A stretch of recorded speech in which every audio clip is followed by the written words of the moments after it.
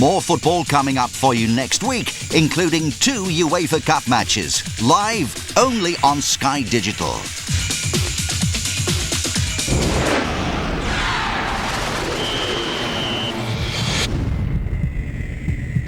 This is Sky Sports 2, live.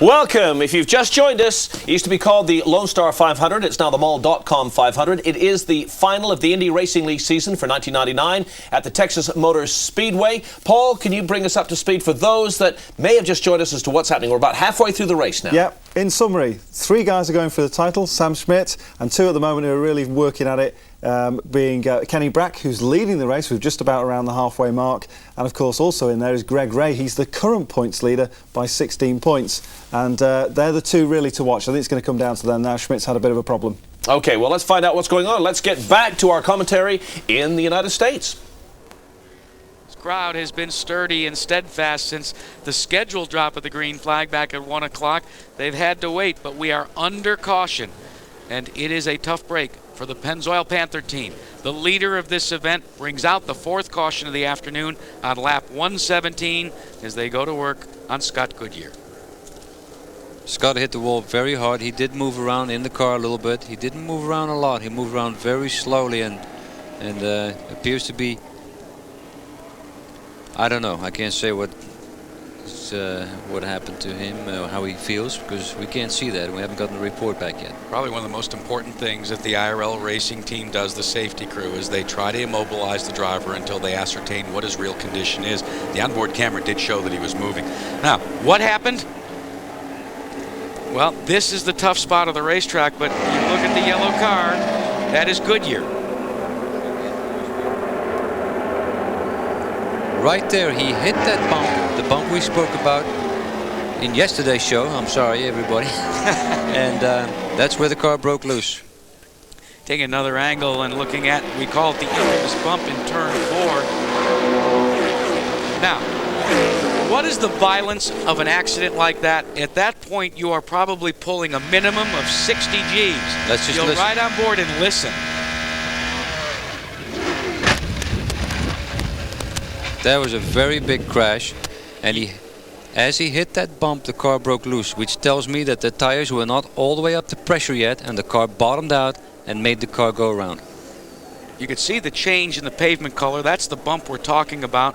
He said he would hit at about 60 Gs. What does that mean? Well, that car weighs about, 2,000 pounds. All of a sudden, it was 60 times that weight. Let's check in with Vince Welch for an update from the Pennzoil Panther team.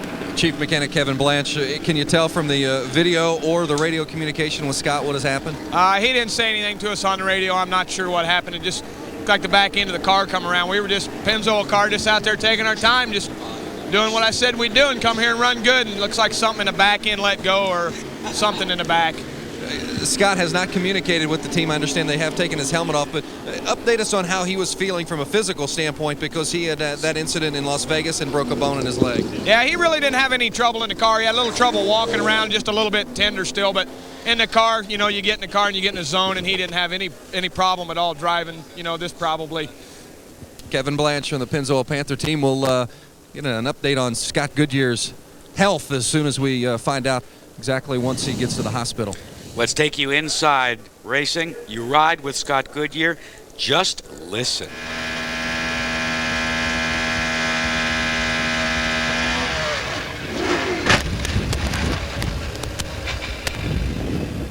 Unfortunately, I have to say I had exactly one of those crashes last year in Dover. You just go in the turn, you're flat out, everything is very good, everything feels solid, and all of a sudden, boom, you're gone. The Indy Racing League safety crew is administering to Scott Goodyear. That's good news. He is out of the car. He was the leader, so this means the complexion of this race has changed dramatically as Greg Ray pulls onto pit road.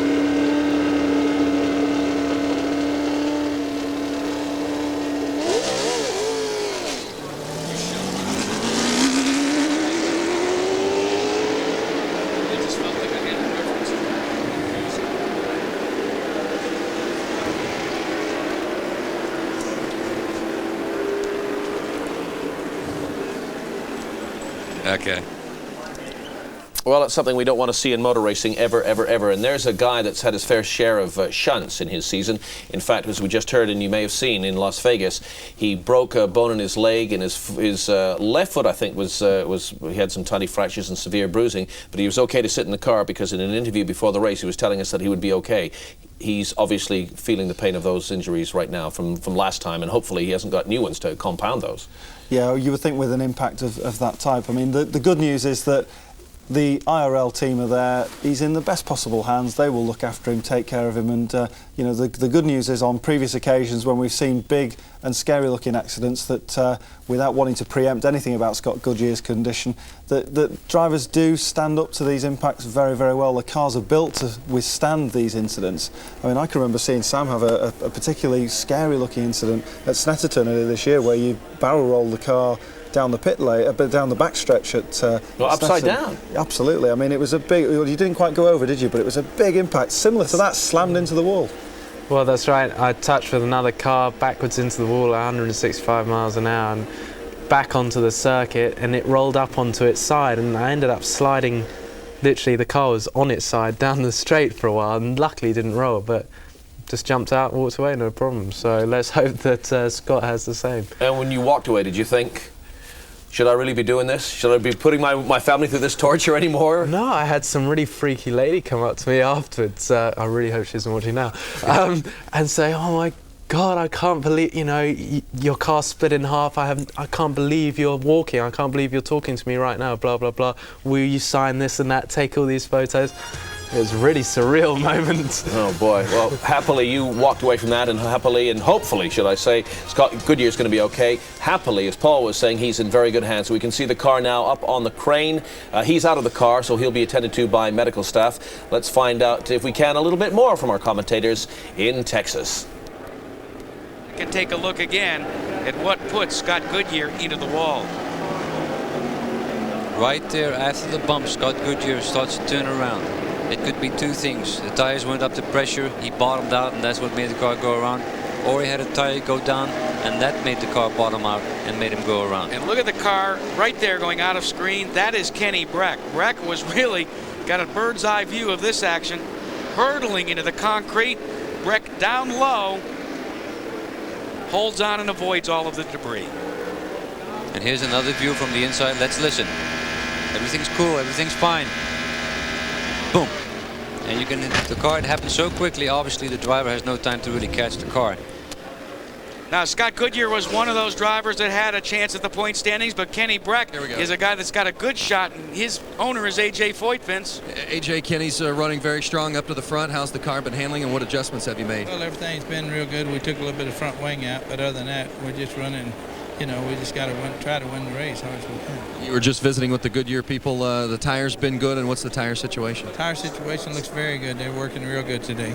A.J. Foyt, Kenny Brack is first, and Billy Bode is 15th. Now, what's important is, as we said, Ari, the battle really is boiled down to Kenny Brack and Greg Ray. Ray had a 16-point lead going into this race. Brack is leading at the present time. Unofficially, we're posting Greg Ray in the 4th spot. Now, if the points change, look what has happened. A 2-point margin for Kenny Brack.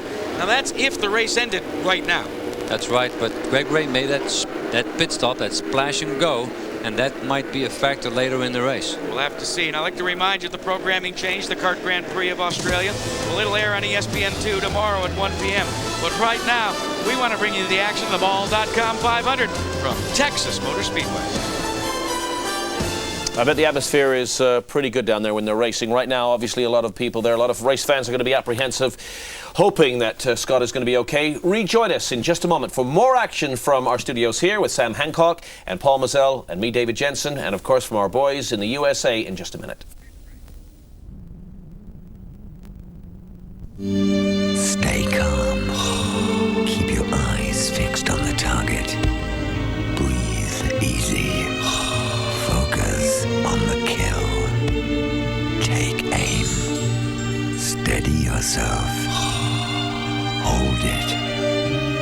Fire. Live from the casino rooms in Rochester. Sid Waddell and 16 international shooters. World Grand Prix Darts, 1 o'clock Wednesday, Sky Sports 2. There's a voice keeps on calling me down the road, that's where I'll always be. Every stop I make a new friend. Can't stay for long, just turn around and I'm gone again. Maybe tomorrow I'll wanna settle down. Until tomorrow I'll just keep moving on. So if you want... Only NatWest credit cards give you air miles every time you spend, helping you see the world for free. That's old style.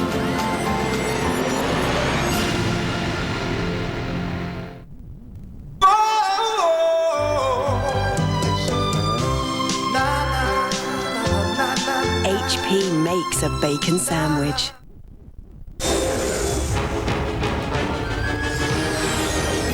Ian Perrins for the ultimate cheese on toast. How much are the snakes? It's the story of how we came to be the way we are. The other day, a litter of 10 tiny puppies was brought in because their mother had gone missing. We're now approaching Suda Bay. If you're going ashore, your behaviour must be of the highest standard.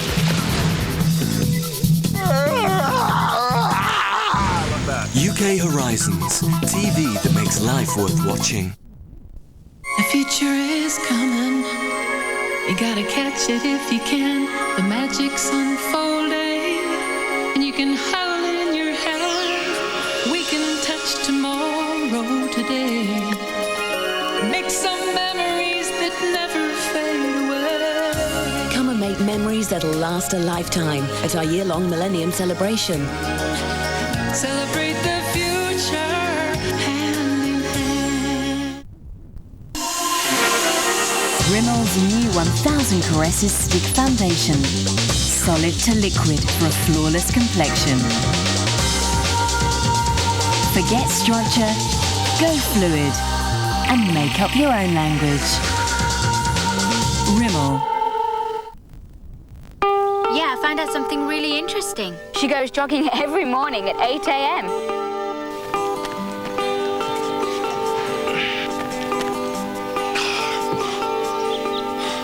The hamburgers have got to go. She's a vegetarian.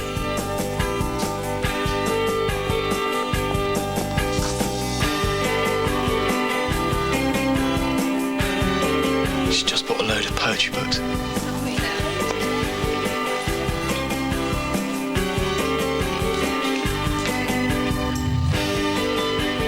More to say, the new Pay As You Go from 1 to 1. I've pretty much finished the script. I think it's a great script. I thought I'd run it by you, see what you think. It goes like this. Yes. Yes. Yes. Baby. Yes. Midnight Blue. 4 hours of adult entertainment for just £5. Phone 0990 800 866. Ooh. Ooh. Ooh. Welcome back to Indy Racing League action from Texas. It's the last race of the season when the championship will be decided. 3 drivers are going for that championship. It's 2 now. One of the drivers that was involved in being eligible to win the championship has just had a shunt. It didn't look very good for sure. We just had a look at that in the studio. It happened just a couple of minutes ago. Look for the car in the middle.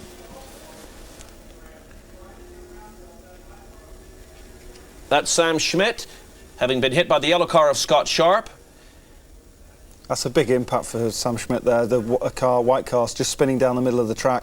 And the worry there, of course, is that his feet, although the cars are configured, we've got another angle of it here, and you can see Sharp goes down the inside, and really Sam Schmidt is an innocent bystander almost in this, but he goes up and it's a big impact into the wall, and the unfortunate thing is he looks like he's hit the wall at pretty much 90 degrees. These are the live pictures now of the rescue teams working, and we can cross to America. See the replay actually.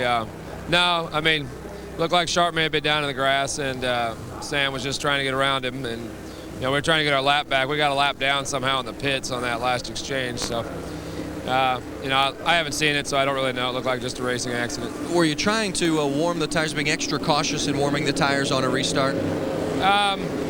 Well, we didn't have that restart there. I mean, we were doing our usual deal where we scrubbed the tires on the lap before, and you know, I think we were fine. I think that either Sharp, you know, got the jump, or I don't even know how the order was, but all I saw was Sam and Sharp next to each other, and they were spinning. So we'll just have to wait and see it on the replay. Skip Paul, medical team still working on Scott Sharp, or on Sam Schmidt. Actually, it was the pit crew that was working on Scott Sharp's car. They changed the tires, but they did not change the side panel on that front wing. What you have to do there is you have to take the whole nose cone off, and they don't want to afford to do that right now. We're under yellow. The Mall.com 500 here at Texas Motor Speedway. Well, Sam Hancock, surprisingly, that they left that damaged side pod on. You'd think that that actually would be a hazard in itself. I mean, how fragile would that be now? Could it fly off? I think the actual side pod damage will not cause too much of a problem. It's my concern is more the front wing. The front right-hand plane is pushed up in the air a little bit. It's lost the end plate, and that will have a big effect on the aerodynamic downforce at the front of the car, and that plays a massive amount to do with the grip that you've got on these high-speed courses. Okay, we can take a look at the accident now. Paul, perhaps you can tell us what you see here. Yeah, well, we're riding on board here, I think, with Scott Sharp, and he's just going to come up on the inside. On the car on the right-hand side is Sam Schmidt, down on the grass, and look at the big opposite lock. He spins across the grass, takes the logo with him, collects all that green stuff, and also collects one of the marker bins in the pit lane. Now, this is another view, riding on board, and watch for a car down on the inside here. This, I think we're this is riding Sam with Schmidt's Sam Schmidt. car. Yeah, sure. And Schmidt goes for the apex, and he's just, I mean, where does he go? You know, just nowhere to go. That is a nasty, nasty accident, and we can only hope that his legs are okay, because normally what happens to drivers in that situation, they'll release their steering wheel, they'll throw it up on the nose of the car, and then they'll try and lift themselves out. But he looked to be trapped in that car. Yeah, but again, they are in great hands. I mean, these rescue crews they have in the American circuits, as we do have in all forms of motorsport around the world. We've got some great people. So, I mean, it's just my consider. They are changing. I was about to say, when Sam was quite rightly pointing out about the front wing, I suspected that they were going to do this. What they're doing is they're making sure they don't go a lap down. They don't want him to be a lap down. Go, go, go. That's the spotter's voice that we're hearing there, saying go, go, go, go. Come back in and get the rest of those cam locks. So what they're going to do, they're talking about cam locks, Sam. So they're going to presumably running around for one lap. And hopefully no bits are going to fall off, because they want to put the little wing nuts, I guess. Well, the cam locks is what's holding all the bodywork together, so if they're still concerned about the cam locks, then they've got a problem. Yeah, well, the key thing they're trying to do is to make sure that what they do is they get him out in front of that crocodile of cars while the rescue crews work. Well, incredible action. We've seen a couple of heavy incidents. I was going to say earlier that it was a race that was actually incident-free, in a sense, for quite a long time, which you don't often see in this sort of racing. And the downside for many people is that it can be stop, start, stop, start. What's it like from a driver's point of view when it's like that, then? If you're not involved in any of the accidents, to keep having these yellows, it breaks the rhythm, you lose momentum. It's not I think good. we can pick up some pictures now. Feels very bad about it. Sammy's one of our favorite people, so nothing else we can do at this point. Just put the car in the best shape it can be and then get back on the road? Yeah, I think he'll be okay. We put a new side pod on, a new front nose, and we're back out there. Scott Sharp, not going to be a contender to win today, but certainly taking out Sam Schmidt has an effect on the championship. Sometimes on a restart, you try to build up momentum. On that momentum, you try to accomplish a pass. Sounds to me, Ari, as that might have been the problem or the predicament that faced Scott Sharp. Come back in one more time? Well, like I said earlier in the race, that sometimes you just want to, you build up the momentum.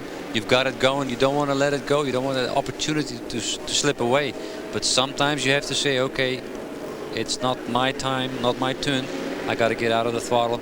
Got to get on the brakes, because I'm hitting a roadblock here, and that's kind of what happened. But also, unfortunately, there wasn't a lot that Scott Sharp could do. Once he committed, that car in front of him. See how much of a run he has? Yeah. He has such a huge run on Sam Schmidt, but the track narrows there. You come into the dog leg here on the front straightaway, and you simply run out of room. And if that grass would have been dry, it might have been different. So they've worked on Scott Sharp's machine. He stays out on the racetrack. Unfortunately, the same cannot be said for a former points contender, that of course the 99 of Sam Schmidt. Brack leads Ray, Dismore third. Well, when we go back under a green light, green flag, we're going to see the top 2 contenders in the top 2 places, which makes it pretty exciting. Have you worked out the permutations yet? Because they give points for everything. I mean, in anything in this series, don't they? Yeah. If you turn up, you almost get a point. I mean, points go down actually all the way to 33rd place. The key thing is now, as I see it, is that if Kenny Brack, who is leading this race at the moment, if Brack wins, that will give him 50 points. And the margin of difference between the two of them at the moment, that is Kenny Brack and Greg Ray, is 16 points. Now, if Greg Ray needs to be third or better if Brack wins to make sure that Ray wins the title. And the reason for that is there's 2 points that are floating around in here, and those 2 points are for the driver who leads the most number of laps. So it's really going to take, I mean, we've had 132 laps now of the 208. It's really going to take a little bit of time to evolve, but in simple terms, if Kenny Brack wins, he also needs Greg Ray to finish 4th or less to be certain of the title. Otherwise, if Greg Ray can finish in the top 4, regardless of where Kenny Brack finishes, and regardless of who leads the number of laps, then Greg Ray will be champion. My goodness, my head is starting to spin. I think so. And poor Sam has been racing today. He's even more confused. No, but I think we got the picture. And what about now, Sam? Your man Sam Schmidt is out. So who are you going to go for? Who do you think is going to win? I'm going to go for Brack.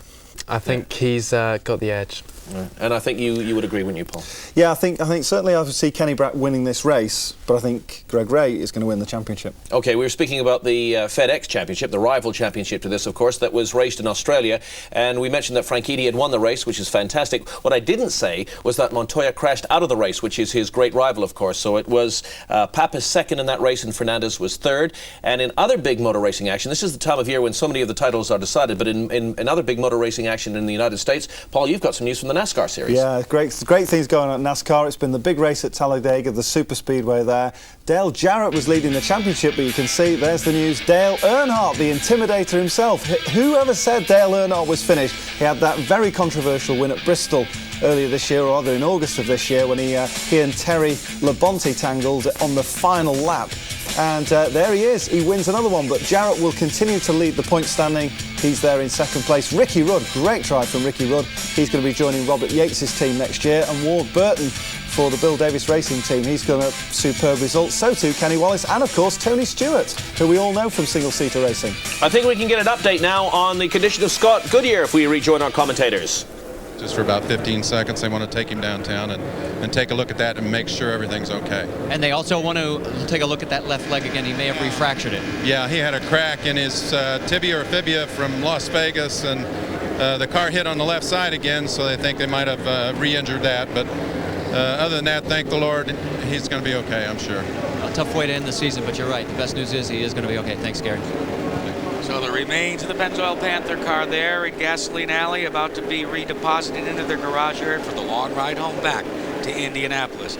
Now, Kenny Brack, of all the leaders on the lead lap, is the only car that is not elected to pit. Why is that, Vince Welch? Talked with AJ Foyt. AJ said, well, you know, Harrah's is one of our sponsors. Every now and then you have to roll the dice. That's exactly what AJ Foyt has done with this situation. He says Kenny will need to pit about lap 160. That means he has approximately 25 laps of a window, possibly either to get a yellow or to have to come in under green and pit. I told AJ, I said, well, it looks like it's a 2-horse race now with Kenny Brack and Greg Ray running 1-2. AJ looked up at the scoring pylon. He said, a 1-horse race. Tell you what, that's a gutsy call by AJ Foyt. When you are chasing the championship and Greg Ray is the guy that you're chasing and he's directly behind you, you roll the dice that way? I like that move. Well, if he doesn't lead the most laps in this race, then it doesn't matter if he wins the race and Greg Ray finishes second, because then Greg Ray will win the championship. So there is Greg Ray. I didn't know AJ was good in math. Currently posted in that second position. AJ's about as good in math as I am. He may not know what 2 + 2 means, but he knows how to cash $1 million. He's been there before. Talking about laps led, Scott Goodyear, who is out of the race, has led 65 laps. Kenny Brack has led 37 laps.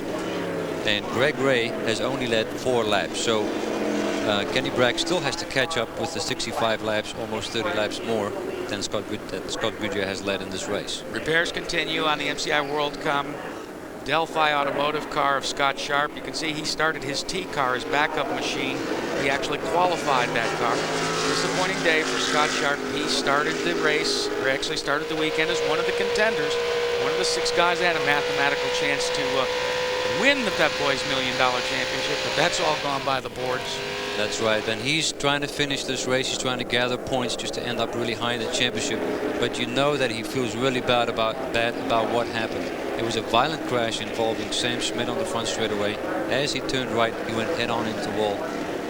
Now you're taking a look at our leader in the Power Team car. That's the 14. The one car that is in the lead lap that is really run quietly, unknown to many people, is the Yahoo machine, number 21, of Jeff Ward. Ward is steadfastly just lurked around in the top 10, and this is a good run for the Pagan team. They started in the 12th position, and he is currently being posted in the 4th spot. And Jeff Ward is still looking for that first win, and I said earlier in the show, maybe this is his day, and let's wait and see what happens. Well, the Mall.com 500 is getting into the final moments, actually the final half of the race, and it's been an exciting one. Kenny Bragg leads Greg Gray. Don't go away.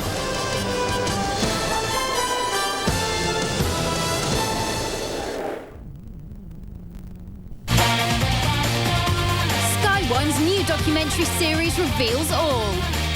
Too young to really know much about it. Like cats. Don't know what to say about that. What was a pain, really? I burnt down a farmer's oak tree with some French bangers. I used to stuff tissue down my plant. It's my darkest secret. I'm not going to tell you, am I? Buster Rhymes. Alfred Hitchcock. Bad Boy Rapper. My dad. Madonna. I haven't got one. The new series 16 starts Tuesday at 9:30 on Sky One. Brushing morning and night helps to prevent tooth decay, but after a meal or snack, black acid can form which attacks teeth and can cause decay. And where's your toothbrush? But now I've discovered Orbit sugar-free gum. Chewing Orbit produces more saliva to help neutralize the acid and protect teeth against decay. So when you're out and about, chew after you eat. Orbit, portable protection for teeth. The time those careless boys went all adrift, figured they'd gone forever. But no. They said they'd discovered India. One or two of us were a mite skeptical. At first, that is. Uncle Ben's Tikka Masala two-step sauce with onion, coriander, almonds, cream, aromatic oils. Now, ain't that just 2 steps to heaven? Just right to welcome someone home after all that time. Especially if you don't know when you might see him again. At age 23, he set out to do what no computer company had ever done. Build every computer to order, back every computer with service, and work hand in hand with every customer. As the world's leading direct marketer of computer systems, Dell is far outpacing the industry growth rate. Where do you find companies changing the way the world does business? Actually, they're listed in the Financial Times, the NASDAQ stock market. Hi. Nice phone. C'est mon portable. Incroyable. Oh no, I've eaten. Listen, mate, what she's trying to say is it's the new Ericsson T10 like mine, and you can get one absolutely free over the phone. There's no 12-month contract to sign. It's easy. Try mine. Call First Line now on 0870 013 2000 for a mobile phone offer that makes sense in any language. Bonjour. Looking for a job? Looking for a change? More money, better prospects, a career change, job satisfaction, more excitement. Turn to the Job Channel now on text page 502. Whatever you're looking for, check out the Job Channel. But put your foot down, the jobs go fast. The Job Channel. It could change your life. Come on out of there, champ. No. Come on out of there now. No. Man, I ain't going out there to fight this guy, man. Come on out of there. Those pay-per-view people, they can just go find another sucker, because I ain't going out there. Tommy, he's a changed man. He's had counseling. I ain't going out there, man. That guy eat me alive. I ain't going. 6 weeks of training. What, are you kidding me? You got nothing to worry about. What you mean I ain't got nothing to worry about? Gonna be getting hungry? Everybody's waiting. You're hesitating. They can just find somebody else. Grab a Snickers, because nothing handles your hunger better. Come on out of there. Hungry? Why wait? He was in 4th spot, but now he is pulling onto pit road. That's a tough break. Well, Jeff Ward, I guess, is not going to get that first win this year. Jeff Ward, who was second 4 times in his career, and that will move Dismore into the 3rd spot in the MCI WorldCom machine. Dismore right there. He appropriates that 3rd position. Dismore just got around Eddie Cheevers, 2 laps behind him. Right in front of that gaggle of cars is Billy Boat. Billy Boat is running in the 13th position right now. Also 3 laps behind, actually. Taking a look at the battle with Jacques Lazier on the outside in the white, red, green front winged car. This is the battle for 6th position. Lazier is in the 7th spot. The orange and white car directly in front of him, that's the man he's trying to get around. That is Davey Hamilton in the Spinal Conquest car. That is a battle for position. And it looks like Lazier is going, yes, he stays glued to the rear wing. There's the other Lazier. And gets by. There's the other Lazier. His big brother Buddy trying to do the same. So Jacques gets up into 6th place, moves around Cheever. Cheever is awfully racy with that Infiniti, and if the points ended now, we've had a flip-flop. Greg Ray, by moving into 2nd, would have a 6-point margin in the chase for the $1 Million Championship. Don't go away, because this ain't over yet. Rookie of the Year points, Scott Harrington has bypassed Robbie McGee, but Jacques Lazier is within striking distance as well. Lazier, as we said, currently in that 6th spot. And Greg Ray is about 1.8 seconds behind Kenny Bragg, and there was a lot more earlier on. So Greg is just kind of driving around there in 2nd place, thinking about the championship. Buddy Lazier, we ride on board with Buddy. Started in the 16th spot, in 13th position right now, and he's going to go by Davey Hamilton on the outside. Buddy's just trying to have fun. I mean, seems like he has a good car. It handles pretty good tonight, and he's just having fun out there, passing as many people as he can because he did fall back earlier, and he's just trying to move up the order. Let's get an update on Scott Sharp's condition.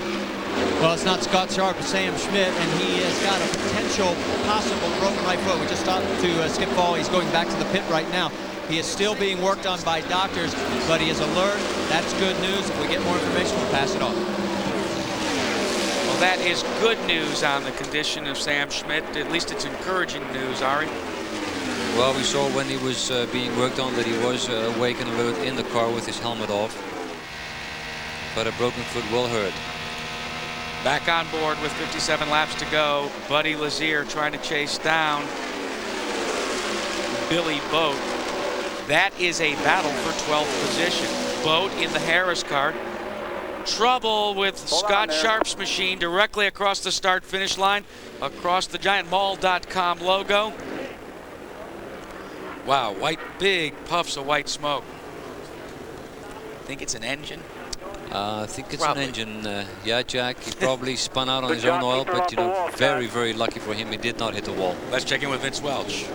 Well, it's amazing. We were just getting ready to add that Scott Sharp has somehow stayed on the lead lap after that earlier incident with Sam Schmidt. They replaced the nose cone, they replaced the side pod, they did it little by little, and we were getting ready to compliment his crew on what a terrific job they had done to keep Scott Sharp on the lead lap, and then now the motor's blown, so there's nothing the crew is going to be able to do to save the day now for Scott Sharp and the Delphi Racing team. This is the 5th caution of the afternoon, and now it puts 3 cars on the lead lap, Kenny Breck, Greg Ray, and Mark Dismore, and drops back to 4th position, 1 lap down, Robbie Unser, followed by Jacques Lazier and Davey Hamilton to fill the top 6.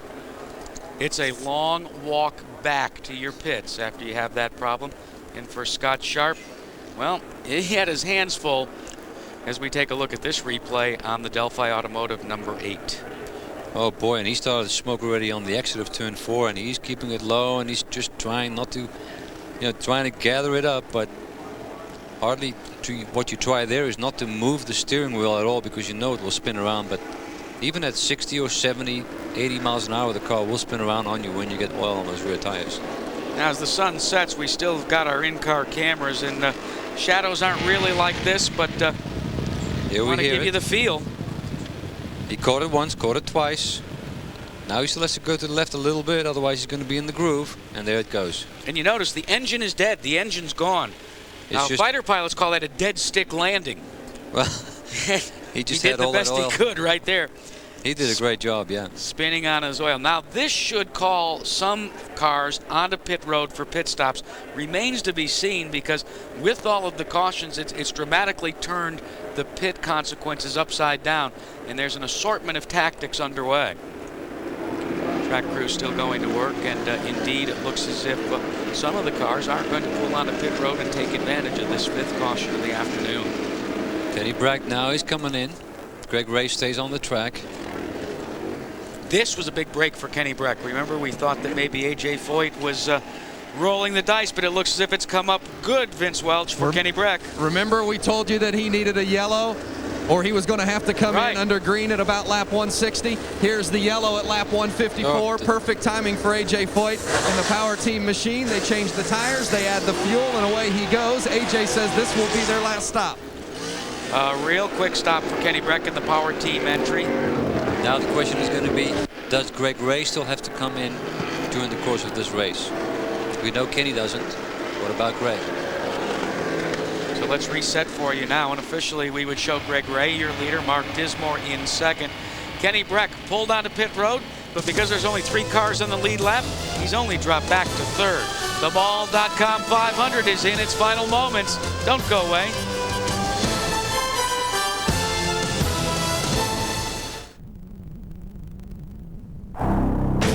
Two forces of equal measure. Prince Nassim, Cesar Soto. In a unification fight live from Detroit City. Naz v Soto, Friday from 9 on Sky Box Office. Book before midnight on Thursday for the early price of $11.95. Call 0990 800 777. Cable customers contact your local operator. A bit of you knows someday he'll want to go to college.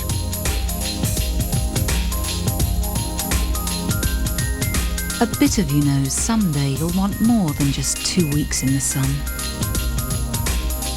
A bit of you knows one day you'll want to paint landscapes in Provence. A bit of you knows the attic would make a wonderful study. With national savings offering the widest range of tax-free investments, a bit of you knows you should invest a bit with us.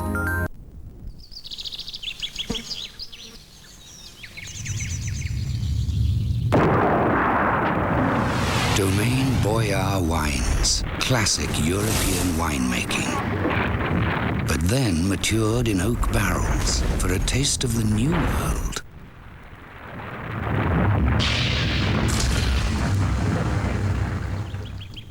Domaine Boyar, the perfect fusion of old world and new. Yes. Oh no. Oh no. Oh no! At least you can be confident about your skin. Clean and Clear's deep cleansing cream wash removes everyday dirt and grease to help prevent spots, leaving a cool, fresh sensation. So you can feel happy your skin is beautifully clean and clear. Oh no. Clean and clear and under control. Call me now for one-to-one chat on 09062 222 121. That's 09062 222 121. Soon, all mobile and pager numbers will come together to start with the same 2 numbers, 07, so you'll know if you're calling someone on the move. It's all part of the big number. For more information, call free on 0808 224 2000.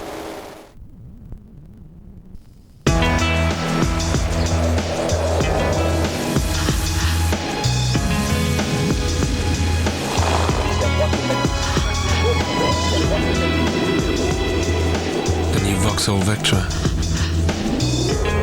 Now re-engineered for maximum comfort and effortless driving. It makes every journey feel shorter. with the new Vauxhall Vectra. The end of long journeys.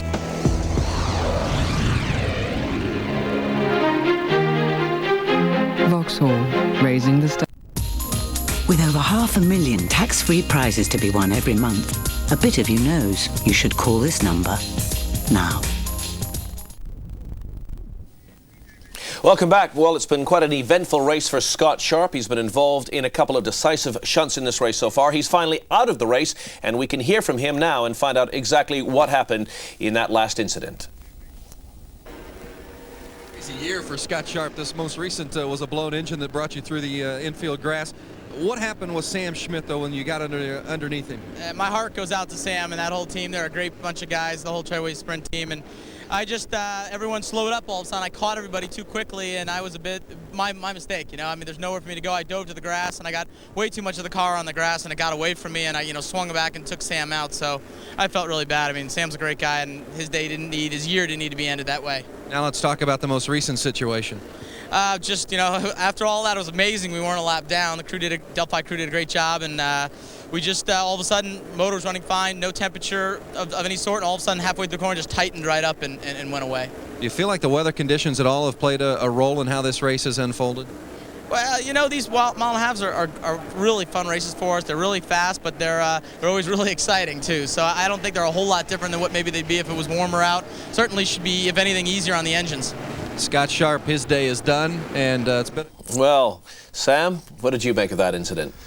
Well, first of all, the first shunt that he was involved in when he got sandwiched, from a driver's point of view, that is your worst nightmare. You're doing, well, I haven't experienced it, but 225 miles an hour, things happen phenomenally quickly, and too fast for spotters to feed you all that information. He's there, and it was one of those situations that we were bound to have, and you get three abreast, someone's in a sandwich, someone's on the grass, and before you know it, you've got a guy with a fractured foot and another guy on the grass almost in the pit wall. From a racing driver's point of view, you made a very interesting observation a little while ago, and you said when you're going flat out, when you're doing in excess of 215, 260 miles an hour, you're focused, you're totally concentrated. But when you slow down, that's when your mind can sometimes wander a bit, and that's when mistakes can be made. Absolutely. I mean, it's almost a case of when you are going flat out, you're forced to be concentrated and fully focused. Those kind of speeds, you wouldn't believe how far ahead you're looking.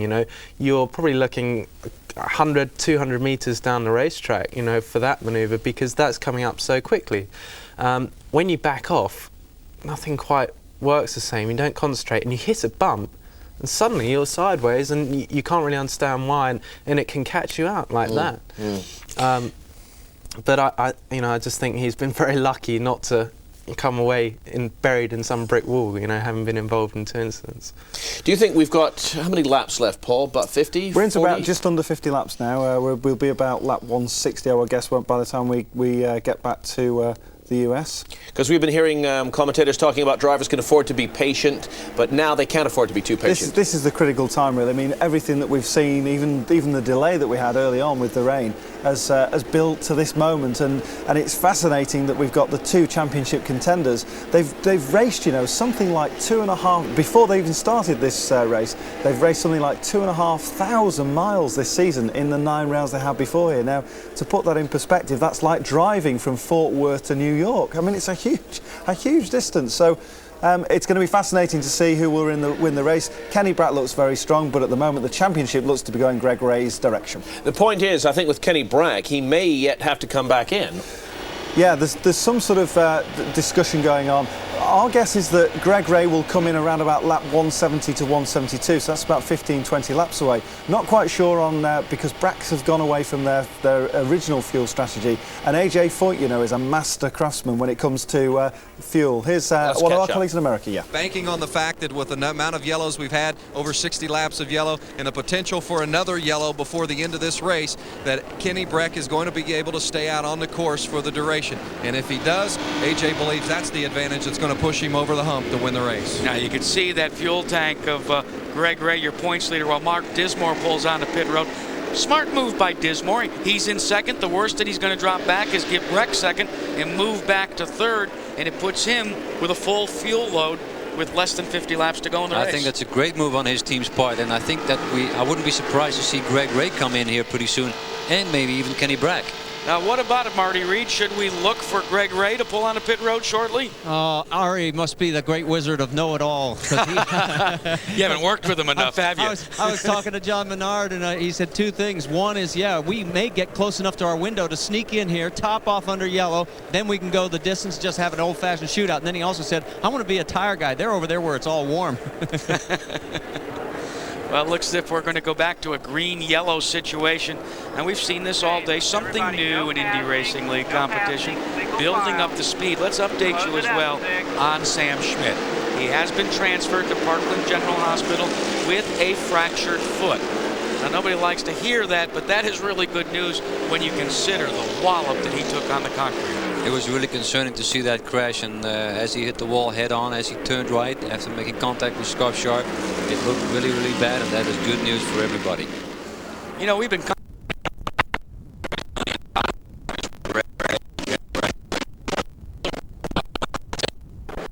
Well, you can see we are having trouble in our satellite feed from the United States. We're not missing any racing just at the moment because we're under this very curious situation of the green and yellow flag, which basically means that they're building up the speed, David, and the good news is we've got pictures back as well.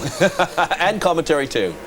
In for that last stop, they topped off the fuel and believe that they too can go the distance and will go the distance, and only time will tell. A lot of teams gambling on fuel here in a potential yellow somewhere down the road. Now we come to the stripe. There will be one to go before we go to the full green, and let's not forget that Mark Dismore celebrated his 43rd birthday this past Tuesday. He loves to have celebrations in Victory Lane as well. Well, if you think about the championship, he could be the spoiler tonight. If he wins this race, then and Greg Ray is third, then Greg Ray will be the champion. But if he comes in second, he splits Greg Ray and Kenny Brack, it'll be a whole different story. There you see the green displayed for the first time here after this resumption for the fifth caution of the afternoon. How big of a jump from green-yellow to green flag conditions is it? Well, the previous lap to this, they turned 183 miles an hour. When they came to the stripe, Greg Ray was topping 209. That's the first hard lap at speed, and the next lap will probably be in the 2:12.13 lap bracket, and it's a 2:12.3. There you get a good indication of just the size lead that Greg Ray has over this man, the 14 Power Team G-Force of Kenny Brack. Let's keep an eye on that. 3.4 seconds right now as they cross the line, but Kenny was still in a little bit of traffic. Again, as you see the separation, and also realize that this gives Greg Ray a 26-point margin if the race ended right now. Kenny moved in about 1/10 of a second, so that's not much. Greg Ray has a clear track in front of him, can just run nice and smooth. Ari, when you're in a situation like this and we've got two separate sets of tactics being unfolded in the final part of this race, does A.J. Foyt tell Kenny Brack that Greg Ray has still got a pit? Do they exchange that kind of information? Possibly, if he's sure that he knows that, and if he's not sure about that, he's not going to say anything. But he's going to do everything to reassure Kenny everything will be all right. We want to make the driver feel comfortable and at ease. And a lot of times they tell you stuff that is not really true, just to make you feel good. I was actually thinking about that, and knowing A.J. Foyt, he'd probably see, you got to close on Greg Ray. At the line speeds, look who is quickest. Kenny Brack is faster than your leader. That yellow and red car, the Glidden Menards machine of Greg Ray. Oh yeah, and he moved in about a half a second on that lap, 0.4 of a second and a little bit. And now we're down to 2.9 seconds, so I bet you AJ's radioed in and told Kenny to pick up the pace. Did you see Greg Ray come off the corner there? A little bit of a wiggle. He's being caught by the two Laziers behind him. And behind those two guys is Kenny Brack. It's almost 2 miles an hour faster, Brack versus Ray. And you can see that as he came to the stripe. Trying to get through the Lazier brothers. Well, Greg Ray had to crack it, the throttle, just a bit. 38 laps to go in this 500-kilometer event. We're talking about the Lazier brothers. They now trail as you ride with Buddy Lazier, and you get a good look at the current leader of the race. Lazier tries to go to the inside and get one of his laps back. He holds tight. And so does Jacques Lazier. And you know what? Greg Ray didn't really fight him off that hard either, because he's thinking championship. I think he's also thinking about fuel conservation. Can't really drop the hammer because they hope that they get a few more caution laps, or he could run the methanol dry in that 35-gallon tank. And he's by him again because he's saying to himself, you know what, I'm just going to step it up a little bit and keep these two guys in between myself and Kenny Brack. If you think that Greg Ray hasn't had a couple of close calls, direct your attention to the nose piece on the Glidden Menard entry. There is a pretty good sized gouge there down just below the number. So evidently some of the flying debris that's been around the Texas Motor Speedway has found its way to the nose piece of your current race leader and the man that is seeking John Menard's second IRL championship. The first one came, well, with Tony Stewart. And boy, it looked to me, Ari, as we looked at that shot, as if something was actually streaming out of that hole. Something is coming loose in the front of Greg Ray's car. And Buddy Lazier actually came around and got repassed again by Greg Ray, and these guys are duking out like they're fighting for position, but they really aren't. Boy, yeah, there you can see. Look at that. Buddy Lazier is in 11th place. Jacques Lazier is in 4th place. But look right there. There is something sticking out of that nose cone. Aerodynamically, that is going to create a real problem. We're just looking really hard at it here, and we cannot really decipher what it is.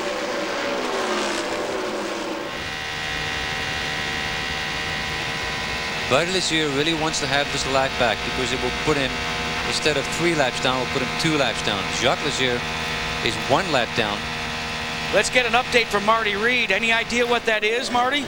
Well, I talked to John Menard, and he says his driver, Greg Ray, is not complaining about anything, and they weren't even aware of it when I talked to him about it. He should be coming in for a pit stop here soon, guys. We expected him about 4 laps ago.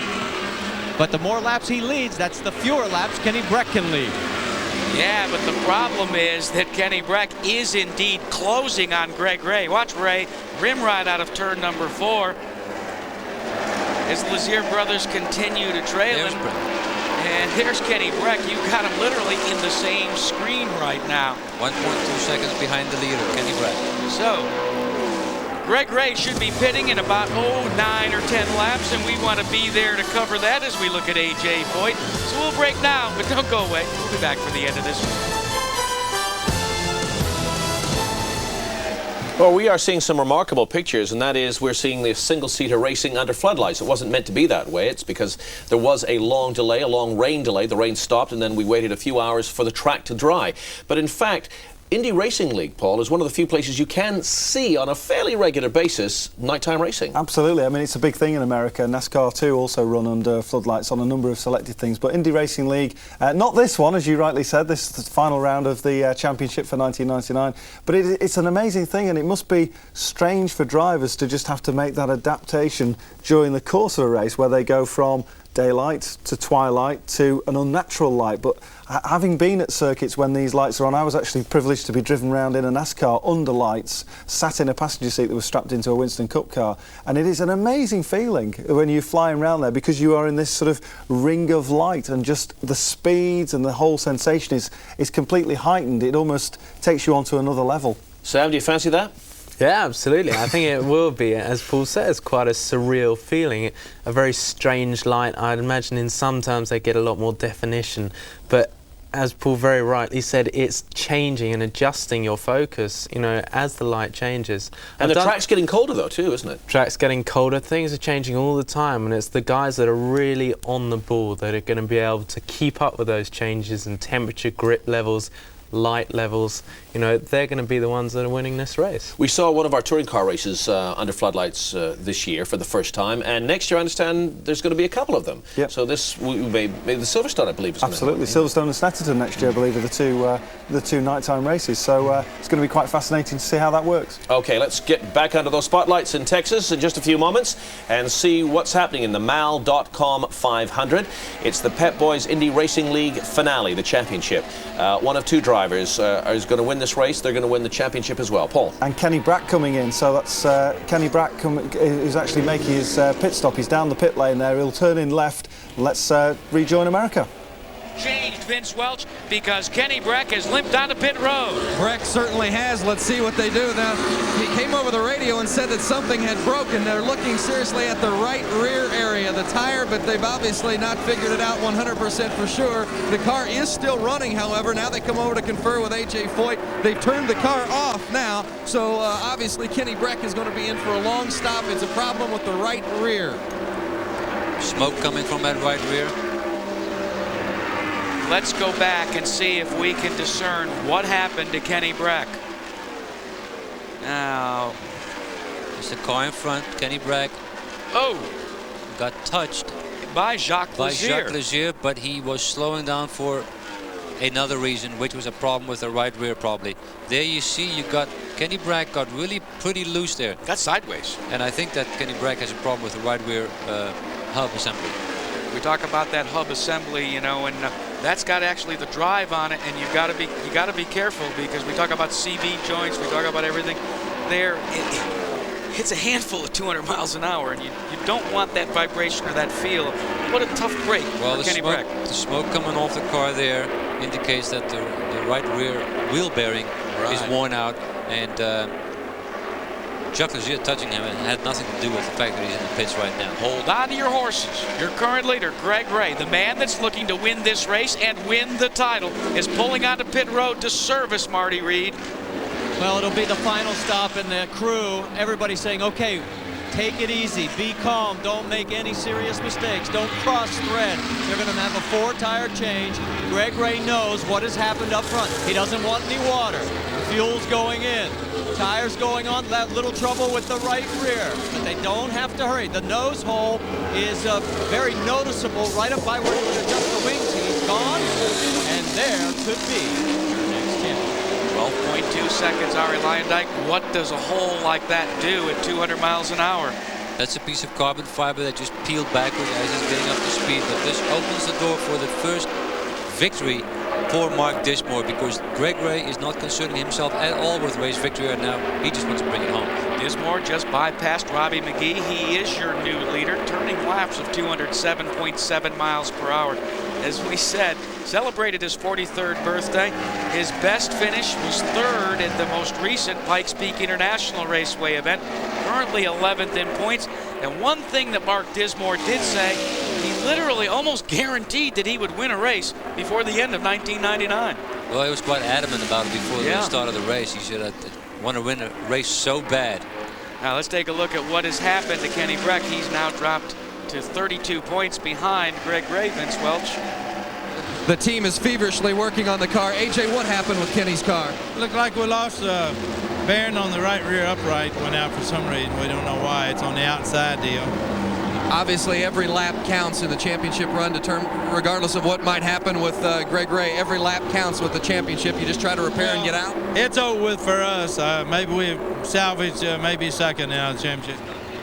AJ Foyt, as you hear, conceding the championship, but his team's still working very feverishly, and you never know what might happen in these final 18 laps.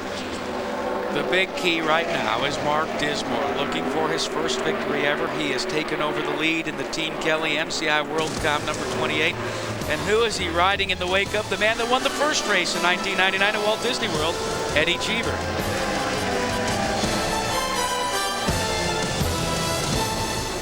Well, what a lot of surprises we've had in the race. Unbelievable, Paul. It's absolutely staggering. I mean, we had the rain delay, we've had all the cautions. Hopefully all the drivers are okay. We're getting positive reports, some injuries, but positive reports. And there's the championship. That is it. Yeah, AJ Foyt, for him to concede defeat like that, because these are competitive guys. Oh, these team I mean, and he is the most competitive of the competitive guys. He's the colonel as far as the competitive guys are concerned. And so AJ, just saying about that wheel bearing going, so you'd expect to see...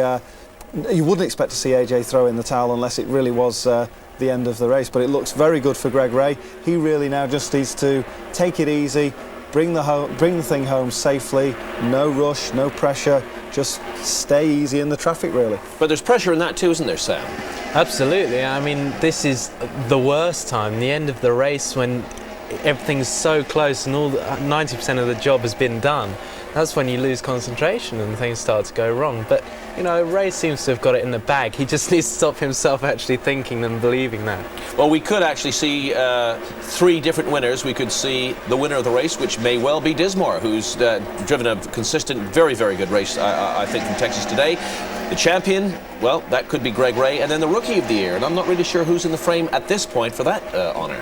Yeah, that'll be McGee here, I think, who's leading that at the moment. And we've got a yellow caution. Now, I just thought I was seeing fluid coming out of the back of Mark Dismore's car. I'm not sure if that is Dismore, but just as Sam was talking there, gave me a chance to look at the pictures. Robbie, back to the wall. Robbie back in the wall. So, well, that could be Robbie McGee. Yeah. Which was the rookie that we're just talking about. Let's just see if we can identify that. Well, the good news is the steering wheel's off. That's the indication to the crowd and everybody that he's okay. So we should see him out the car safely. The rescue crew will be on hand. But while just sorting that out, we come back to talk about... we're talking about Mark Dismore there. Mark Dismore has yet to have a win this season. He's had some good, strong performances, but yet to have a victory. And well, look, the way they're pouring sand on the track, Paul, it looks like you were right. We're going to go back now and find out exactly what happened to that car by joining our commentators in Texas. Over fall race at the Texas Motor Speedway, finishing in second, but Arie Luyendyk, it started as just a smoke. We, in fact, were talking about it, and then all of a sudden the engine just exploded. Let's go back and take a look at it. We followed him. He was smoking a little bit. At first I thought maybe that's the end, the tail end of the crash. But Robbie had already gotten out of the throttle. He noticed the engine was letting go and he spun out on his own oil. Not a big hit for him. Here you can see a little bit of puff right there. He's out of it. He knows something's wrong. That is Mr. Toad's wild ride when you spin in your own oil. You have no control. There's nothing you can do. You just grit your teeth and hold on, don't you, Arie? You put your head back in the headrest and just kind of relax your body, and you're a passenger. Working down to the final few laps here at the Texas Motor Speedway, and Vince Welch, this could be an incredible day, afternoon, evening. I bet you at this point in time, Mark Dismore wouldn't mind if this thing went on and on and on. Mark Dismore would race for another week if it just meant he could end up in victory lane at the end of the event. I'll tell you what, a terrible break for the Petromali team and Robbie Unser. They were hoping for a yellow because they needed to come in and get more fuel, and they felt at that point they were going to have a chance to win the race. The team actually celebrated initially when they saw the yellow come out before they realized it was Robbie Unser. They said Robbie had given no indication that the car was, the motor was struggling before it blew, but obviously you saw the yellow. Now you're looking at Tom Kelly. He's the team owner for Mark Dismore. Already Scott Sharp is out of the race, but Dismore sits on top. Dismore won the pole here a year ago. He was the second fastest qualifier for this race, but he has never won on the Pep Boys Indy Racing League circuit. Oh, how sweet it would be for Dismore and Kelly Racing if he could get it today. Dismore leads Davey Hamilton, Greg Ray, and how about Eddie Cheever in the 4th spot. And then it is John Hollingsworth filling out the front 5. We're 10 laps to go as the Oldsmobile pace car brings the field under caution. But I think Arie Luyendyk will be going back to green before they drop the checkered flag on this one. And the way things have been going, even just 2 or 3 laps under green could really get your heartbeat pumping. Well, we just lurch from one to another, don't we? You spotted Robbie Unser right away, and what a family he comes from. Yeah, absolutely. I mean, a tremendous racing family, aren't they? And Robbie's the latest in the line, if you like, and following Al and little Al and so on and so forth. We thought at one stage that was Robbie McGee. I call that wrong, to be fair, but once we got into it, we could see clearly that it was Robbie Unser. And as our colleagues were saying in the States, it's a shame for him because he was coming on really strong towards the end. They were hoping they'd get a break with the caution, and that would allow them to really challenge for the win. But at the moment, that spot's going to Dismore, and you called it absolutely right. He's run so strong tonight. What about motor racing, though? I mean, you were saying how vital the last few minutes of any race are, and for it to all end like that. I remember, from my point of view, my Formula 3000 team, for Nicola to have run so well at Monaco, and 5 laps from the end he was running second, and he would have finished second. I mean, and then a minor mechanical malfunction meant that was his race over. And I knew that I had a fantastic team assembled around me and our drivers, because they really felt that so badly. It's the disappointment that, I think, shows you when you've got a good team. It's not the highs and everybody gets excited, it's the lows and everybody feels so bad, and you can feel it's heartfelt. Absolutely, and that's the magic of motor racing. It's extreme highs and extreme lows, and they both sort of complement each other, really. But, you know, let's think about Kenny Brack. Tough break, a mechanical failure so close to the end, even if the championship was looking to edge away a little. Absolutely. Now let's find out what's going on. We can see a stretcher being offered to Robbie Unser. You can see Greg Ray's car going around steadily and slowly. And we can see the pictures. Let's see if we can hear the voices now of our American commentators just outside Fort Worth, Texas. And Greg Ray, and what a rags to riches story for this Plano, Texas driver, who a year ago was in a privateer entry with his with Thomas Knapp and came to Texas Motor Speedway, surprised a lot of people, and then filled in for Billy Boat, who was part of A.J. Foyt's team. And then at one point he was a spotter for Billy Boat because he wasn't racing, wasn't able to raise the funds to continue his own team. But A.J. Foyt obviously, or John Menard, obviously saw that this guy knew how to stand on the gas, and he has proven them right. John Menard tells the story as we look at the team, and there's John looking at the scoring monitor, that they had a formal job interview with Greg Ray. It ran 2 hours, and Ray said, I put the hard sell on. I don't think I stopped talking for an hour and 50 minutes. You know, from my way of thinking, maybe Menard didn't have any choice. He could only get him out of the office if he said, you've got the ride. But what a great run for Greg Ray. You know, he talks about a fellow Texas native that overcame a lot of adversity this year and won the Tour de France, and that's Lance Armstrong. Right. And, you know, he and Lance Armstrong are probably two of the new heroes of the Lone Star State. In fact, Greg Ray was recognized by the Dallas papers as the Motorsports Athlete of the Year. Hadn't done that in a number of years. And Lance Armstrong is a hero for many people, and I can really understand why he's one for Greg Ray. Winning the Tour de France this year after battling cancer. But also a heartwarming story unfolding for Mark Dismore. You remember at the top of the show, Mark wanted to say hello to his dad, who was fighting back from prostate cancer. And with 7 laps to go, Mark Dismore may be able to deliver to his father not only a trophy, but a great hello from Victory Lane. You know, Mark's son, Mark Jr., has won captured events in 1999, was 3rd yesterday in Sebring, Florida. Now Mark Dismore Sr. might have an opportunity to match his son and bring home some hardware as well. And you know, any of you that have ever been touched by cancer know that, especially at this time of the year with so much cancer awareness going on, really would be kind of neat to see Dismore go to Victory Lane and be able to prop up the spirits of his dad. Vince Welch, let's get a last-minute update from pit road. Greg Ray currently running in the 3rd position. John Menard, team owner, told me just a moment ago, we're only worried about the restart. Not only our own restart, but the restart of those in front of us on the racetrack. We want to get through this thing cleanly and take home the championship. So keep an eye on the restart. Greg Ray may be a little conservative here to make sure everything goes according to plan. The man with the hat was John Menard. The man to the right of him, well, that was Thomas Knapp. The man there that's got the black jacket on, he's the mastermind of the engine department. That's Butch Meyer standing by the fuel tank. I don't think he has to worry about fuel right now. And I think that Greg Ray is hoping that we'll get a yellow and green start or restart, and then get a restart, because it's obviously still very cold. You can see that Knapp and Menard are continuing to confer, but what about down in the pit area of our leader, Mark Dismore? What's going on there, gentlemen? Well, guys, they're pacing around here like cats. You know, they know they can smell the cheese and they want to go get it. Marty, let's call them pacing like lions and they know they can smell the kill. Okay, well, I'll tell you what, they're right on top of it. The one thing that's really interesting here, we talked about this in one of our earlier meetings. You know, Mark Dismore has put so much pressure on himself this year. Yeah. Constantly saying, I know I can win. I am going to win. I have to win. And today, here he is on the verge, and what a way to cap off the year for them. And do you see who was down there on pit road cheering his teammate on? Scott Sharp out of the race. Hasn't gone back to the hauler, hasn't done anything. He wants to be there to be the first to celebrate. Now, remember, Sharp has already won for Team Kelly back in Atlanta on 1.5 miles. And how about the story here that threw him out most of the summer? Who was the engineer filling in there, Arie Luyendyk, for Mark Dismore? Well, they say it's Jim Kelly, of course, but we know better than that. They have a lot of data they can use, especially off of Scott's car. But you know, Scott won a couple of races last year, won this year. Mark Dismore has been very fast in qualifying, and of course, everybody's cheering him on in that team. This is an important last 5 laps for Mark Dismore. 43 years of age, as we said, currently 11th in the points, has won $1,826,153.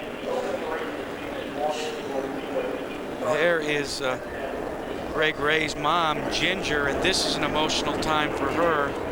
Remember that Greg Ray was a guy that has told the story about the fact that as a youngster, He dreamed about being an IndyCar driver. In fact, in the early 90s, went to a driving school, and when everybody introduced themselves, he said, "Hello, everyone, I'm Greg Ray. I've never driven a race car before, but my goal is to go to this school and then win the Indianapolis 500. A lot of his schoolmates laughed at him. I asked him earlier this year, and he said, they don't laugh anymore. Greg Ray has shown that he is very capable at the Indianapolis track this year. Greg Ray was very fast and really knows how to get around that place. And I foresee in the future him winning that race because he has the line. Let's not forget the fact that his young son Winston gave him some special mementos all through the course of the season. Some of them were Pokemon cards, some of them were pictures of he and his dad, had a lucky penny. At Las Vegas Motor Speedway, Greg Ray neglected to put all of them in his driving suit. You saw what happened there. He finished out of the points. And he told me before the start of this race he was going to have all of them, and he said, if Winston gives me a 50-pound brick, I'll figure out a way to get it in the car as well. Green-yellow is being displayed with 4 laps to go. The question mark is, will there be a full green? There are now 3 laps to go. Mark Dismore could be on a 170-mile-an-hour trip to victory lane. We are counting down the laps, looking for his first victory. Trailing him on the rear wing is Davey Hamilton. Hamilton not being shown in the top 10 at this point. Oh, excuse me. Correction, he's second. He's 1 lap down, so this is first and second. Greg Ray has dropped to third, followed by Cheever. Then John Hollinsworth rounds out the top 5. And even if they would go green right now, there wouldn't be much excitement for the win. We could pretty much guarantee if nothing happens to Dismore here, he will win this race because Davey Hamilton is go.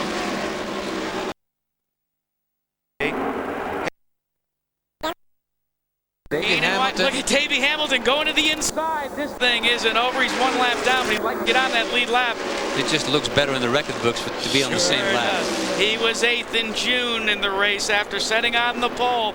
But this evening, or this afternoon, turning into this evening, Mark Dismore, in his 30th career start, will win here at Texas Motor Speedway, victorious in the Ball.com 500. Davey Hamilton will finish second. Greg Ray takes third, and the $1 million Pep Boys Indy Racing League Championship. What a great day for Tom Kelly, Mark Dismore, Jim Furenberg, all of the team that's associated with Team Kelly. This is a big moment. They've got both of their drivers into victory lane in 1999. It's been a long day, but I'm sure they're not thinking about that now. They're just ecstatic to be in the winner's circle with Mark Dismore, and we tears of joy in the Greg Ray pit. Remember, back in June, he took his first career pole right here at the Texas Motor Speedway, backed it up with a pole at Dover, and career best until this day was a 3rd place at Pikes Peak International Raceway a couple of races back. A very jubilant Mark Dismore is pulling into victory lane.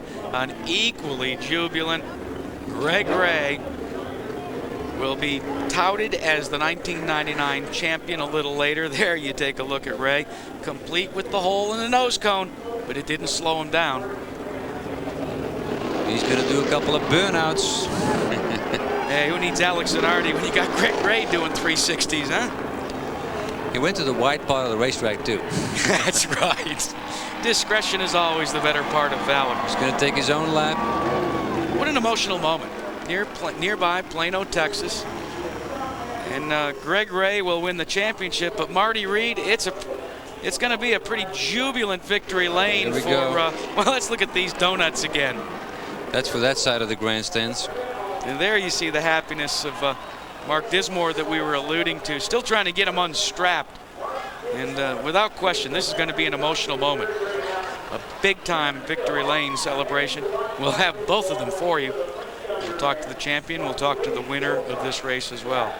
So Arie Luyendyk, it's been a long day. Some 50,000 fans have hung in with us all afternoon and into the evening. And by my mind's eye, they were treated and made it worthwhile. We've seen a lot of good racing. We've seen great racing here. We see the crew pushing Greg Ray to restart again. He stalled it, but they had to push it uphill against 24-degree banking, which was not easy. Well, those guys can run out of breath, and they've got all the off-season to get it back. But as you saw, it took Mark Dismore a long time to get out of the car. Yeah. I think Dismore is just kind of sinking, you know, everything is sinking in for him right now. The emotions are high in the cockpit. Do you remember your first IndyCar victory? Yeah, it was a couple weeks ago. No, it was 9 years ago in Indianapolis 500. So They say the first one is one that you'll never forget. Unfortunately for Mark Dismore, he's going to have to learn how to get to victory lane because he took the wrong turn. The victory lane is located behind pit wall. Mark turned in and was blocked, so now the crew's trying to direct him in to the victory lane festivities. What a great win for this young man. Family operates a successful karting business. You may have heard of it, Comet Karts. He was the 1990 Formula Atlantic Pacific champion. And he finally found victory lane. And Marty Reed, see if you can help him, all right? Guys, I don't think he's going to be able to get it to it. We're going to have to come to him because they can't seem to get the car turned around here. Let me see if I can get in here. Tony George giving him congratulations. Mark, come on out of there, Mark. We got to get you on here. They are still trying to push the car around, guys. Mark is taking the wheel off. Here he comes, Mark. I see those tears in your eyes, and I know exactly what you're thinking right now. Hi, Dad. This is for you. I hope you whip that damn cancer. Oh, man, this feels good. Believe it or not, you can't tell by the look, but this is great. Long time coming, and I want to thank MCR Rollcom and Bryant, and I want to thank Goodyear. They gave us an awesome tire here, and I want to thank my crew and Tom Kelly and ADP and Delphi, Futaba, AMD, just everybody that's made this possible for me. And take a minute, compose yourself. The one thing, let me see if I can put a smile on your face. The only thing you did wrong today was find victory lane. You know, we strategized it there at the end, and it just worked out perfect for us. I can't believe it. I cannot believe it, you know, and hopefully we'll get on a roll like I did when I was in Atlantics, and if we do, man, oh man, I'll quit crying eventually, but I got to get used to this, you know. We talked about the self-inflicted pressure. I mean, you put more pressure on yourself to win than anybody else was. Yeah, I don't need any outside pressure. I've always got plenty of that from within, you know, and in some cases this year it's a bit of, this would probably be the championship for us if I had a little better judgment in a couple of cases, and tonight I tried to use better judgment, and when it's meant to be, I really believe it is meant to be, and tonight it was meant to be, and I'll try to have a little more discretion in the future. There's a big bottle of champagne with your name on it. Go on over there and celebrate. Congratulations. Thank you. When Tony George founded the Pep Boys Indy Racing League, it was to benefit drivers like Mark Dismore. Men with dreams who hoped that maybe they would be able to run someday in the Indianapolis 500. Young Dismore tried it, only to batter, break, and bruise his legs in a terrible crash. And then the IRL came into being, and his spirit and his career was renewed. And now Mark Dismore fulfills his dreams and wins his first Pep Boys Indy Racing League Championship. Team getting behind so that they can get to Mark Dismore. Davey Hamilton finished second. Greg Ray, the 1999 Pep Boys Indy Racing League champion. No problem. Yeah, we all of human life there in that pit lane. That was very fun. Not a dry eye in the studio either. That's Absolutely. That was a deserving win, though, wasn't it? Fantastic, yeah. I mean, Mark Dismore, 30th career start, and there he is. He takes the victory, and you just got to love the Americans, haven't you? The emotion is right out there on the sleeve, and it's there for everybody to see. And we've got Greg Ray's mum crying in the pit lane, and I said, I don't know about clearing up the track. They're going to have to spend about 3 months, I think, drying up the pit area and the infield from all those tears. Absolutely brilliant stuff. That sensation, I guess it never goes away when you get your first victory, no matter where it comes from, karts or cars. Absolutely, yeah, and it's the only thing that strives you forward to getting the next one. It's I think Senna was very famous for saying to Mansell towards the end of their career, opposing each other, now you understand. When Mansell won the World Championship, now you understand why I make it so difficult. Now you understand why I don't want to let this feeling go to anyone else. And I think, you know, we can see it there. It's a superb, amazing emotion. They do put on a good show. great show. It's a great show, and apart from that, what they've done brilliantly is they've combined a great show with constricting the costs, and that's allowed teams to go out and find the money to raise the sponsorship funds, to be able to make sure that they can fill the grid, as they've done superbly. And let's perhaps we've all sealing up the championship. Fantastic performance from him right the way throughout the year. How many times have we seen a championship be lost on the final round of a championship campaign? And Greg Ray and the Menard team held it all together. Yeah, they've done it before. They did, of course, with Tony Stewart 2 years ago, so they've been there, they know how to do that. But you've still got to hand it to them. A fantastic performance by everybody concerned. And also, Scott Harrington, I think, has sealed the Rookie of the Year title as well. Good for him. Greg Ray, as well, broke that run of bad luck on 1.5 mile ovals as well. He did, yeah. We mentioned, didn't we? He'd had an average of 15th. He's well beaten that now. Yeah. He didn't improve his donuts, though. No, that was a little poor. But let's see what's going on in that winner's circle. We can see there's a press conference, there's cameras there. He's found his way there, anyway. Yeah, he's in there. And Greg Ray, of course, will have to take his bow too as well. As we take a little deeper into the field, hey, you know, good run by Eddie Cheever. 2 laps down, but finishes in the 4th spot. And that Infinity engine program has been growing. Great run by David Hamilton, who went the lap down very early in the race, and in fact finished second the lap down behind Mark Dismore, so that story could have been different as well. Rumors persist that Hamilton will join forces with Al Unser Jr. for a 2-car team next year. Donnie Beechler, after starting, well, he finishes in the 11th spot. Robbie McGee, one of the rookie contenders, in 12th. Doug Dodaro, making his first ever Pep Boys Indy Racing League start, he finishes in the 20th position. Tough break for Sarah Fisher, Arie Luyendyk.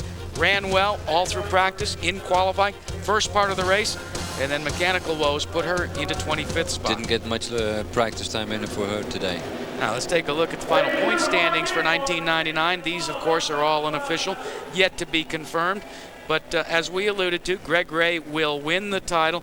Kenny Breck did everything possible. He had a great run going. And look who moved into 3rd spot. Mark Dismore's victory catapults him into 3rd. The 2nd place for Hamilton today puts him into 4th. Tough break for Sam Schmidt. Good news, however, that he certainly will be on the mend. Robbie Unser breaks into the top 10. Scott Goodyear, Scott Sharp. The top 10 in point standings will be feeded later in November as a part of a victory celebration for the Pep Boys Indy Racing League. And Mark Dismore is the 17th different winner we've had in the IRL in the last couple of years, so another new face in winner's circle. Also a hot Rookie of the Year battle. We talked about John Hollinsworth and Jacques Lazier, Robbie McGee, and Scott Harrington, all of them battling for that.